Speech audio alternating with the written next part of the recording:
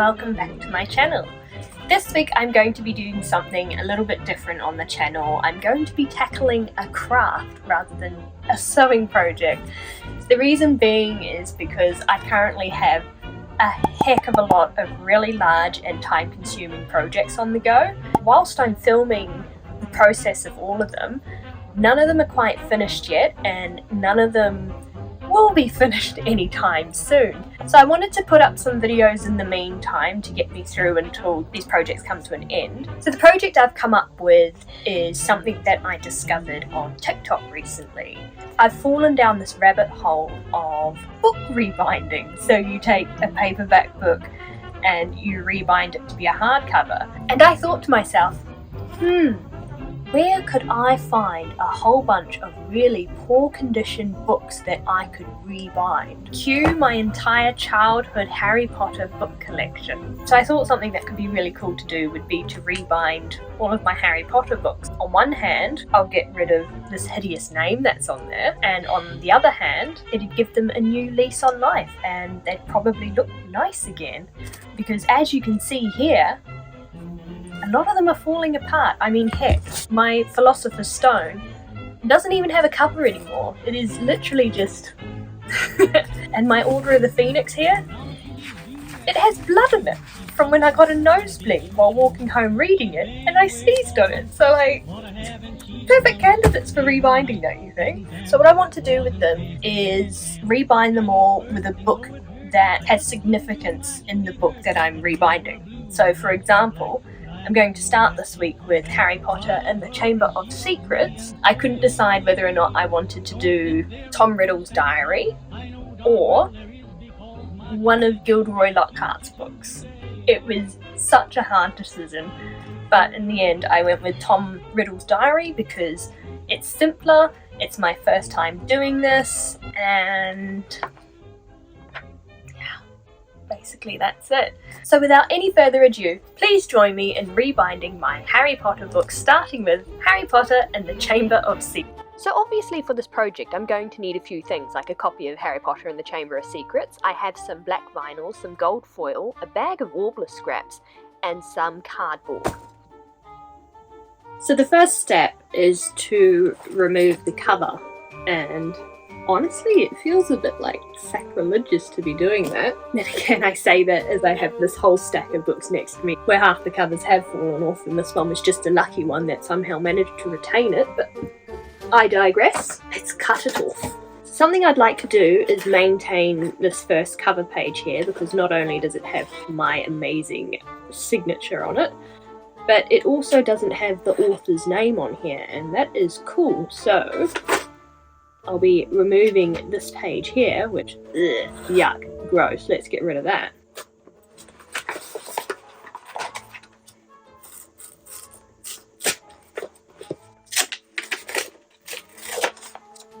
Yuck.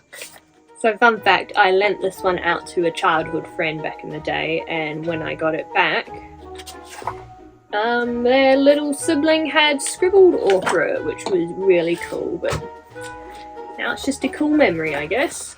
Okay, I want to get rid of these last couple of pages as well, because they're not important. And voila! We now have a naked copy of Harry Potter and the Chamber of Secrets. 114. I wonder if that means anything. Oh, it does! Would you look at that? It is the starting of what they know about the Chamber of Secrets, so I guess I thought that was important and I wrote it in there. Lovely! On to the next part. Okie doke, so the first step here is to get 2 sheets of paper because we're going to be making end covers. I've got 2 cream papers here. We're going to fold them in half.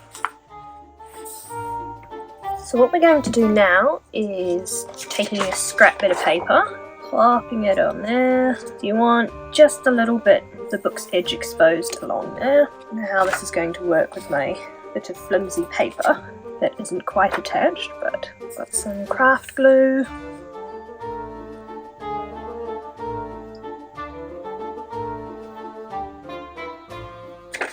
And then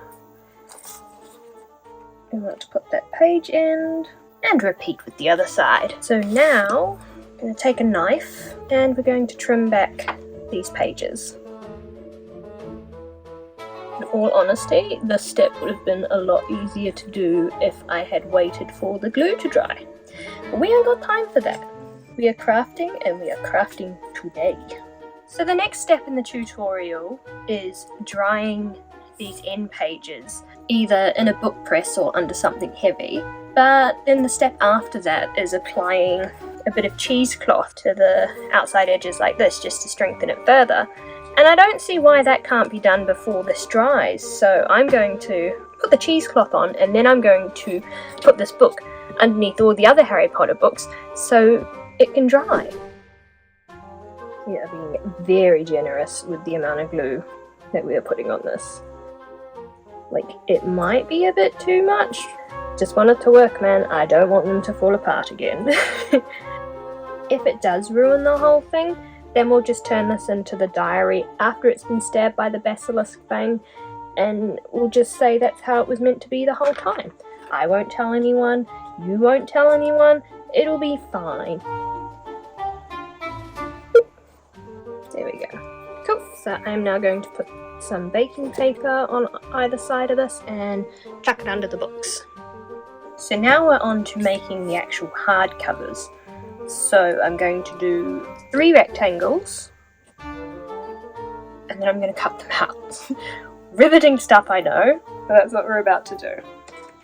I'm applying masking tape here just to keep the pieces in place while I attempt to glue them to the vinyl. Right, so now we're placing the cover on. We're going to mark 3 centimeters around the outside edge of it. My favourite part is the cat hair that is in the back of this. That's really neat. I'm glad they're contributing for once.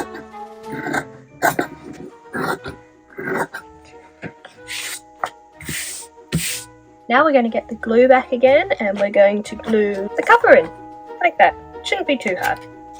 Should be able to do this.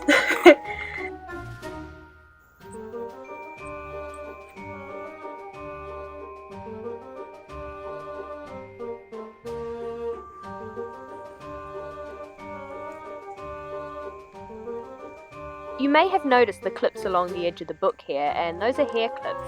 They're there to hold the vinyl in place while the glue dries. Now it is time to let everything dry. So there's this little bit on the back of the book that has his nameplate on it. I'm going to put his name on here using gold foil, and I don't have access to a laser printer.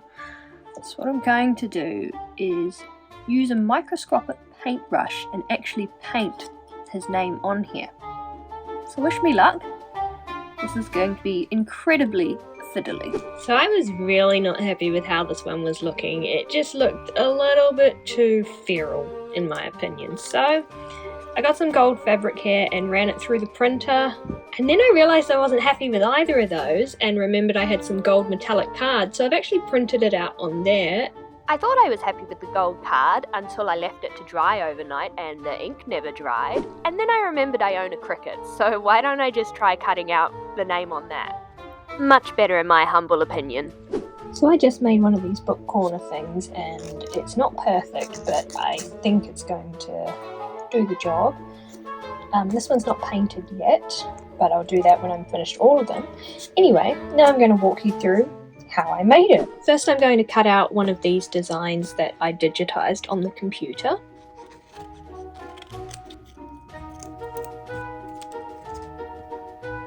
I use some sticky tape to hold it in place on the warbler before I cut it out, making sure to leave room on the edges so I can fold them over so that they can actually hold onto the book like real book corners. Then I use a heat gun to heat up the warbler and stab holes in it. I stab the holes in it using an awl, and then I tidy up the diamonds or the circles or whatever with my scissors, before finally engraving the flower shape using the awl on top while it's still warm.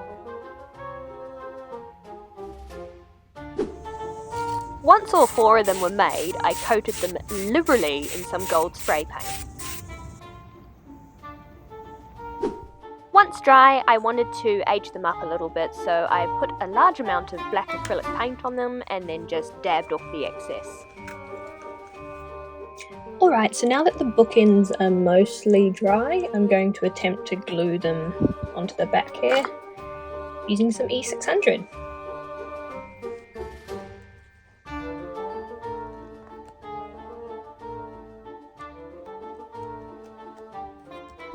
And the final step of this entire project is gluing the text block to the cover finally. So I placed a scrap bit of paper in between the layers so that the glue didn't soak through and actually stick the pages together, but instead just sticks to the cover. And I left them to dry overnight.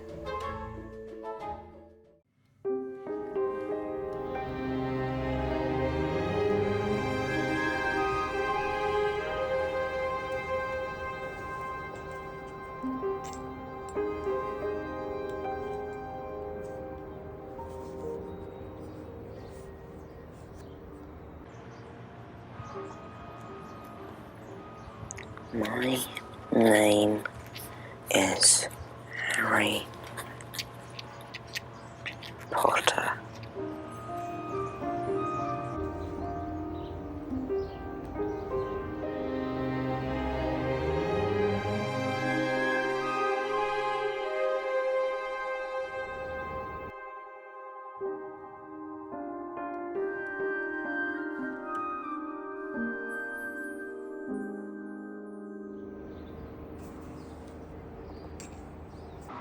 Do you know anything about the Chamber of Secrets?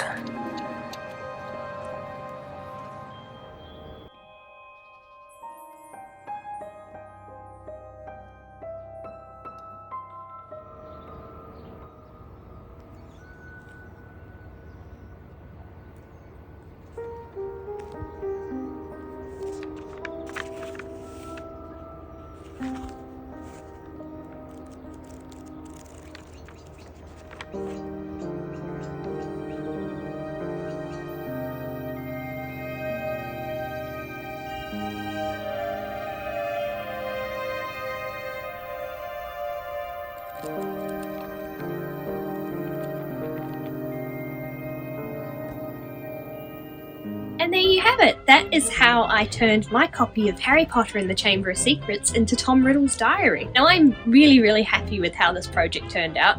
I think for my first time doing it, it actually went very well. I mean, it's a book still, and it's in one piece, it's not falling apart, so that's a success in my books. Please do let me know if this is something that you enjoyed, because I have so many good ideas for the rest of the books in the series. For example, Prisoner of Azkaban Monster Book of Monsters, anyone? Like, how cool would that be? So let me know down below what you thought of this project, and if you really liked it, consider maybe hitting the like button and or subscribing. I upload every Friday. It's usually something sewing, crafting, or fun related. Anyway, thank you guys so much for watching, and I'll see you next Friday. Bye!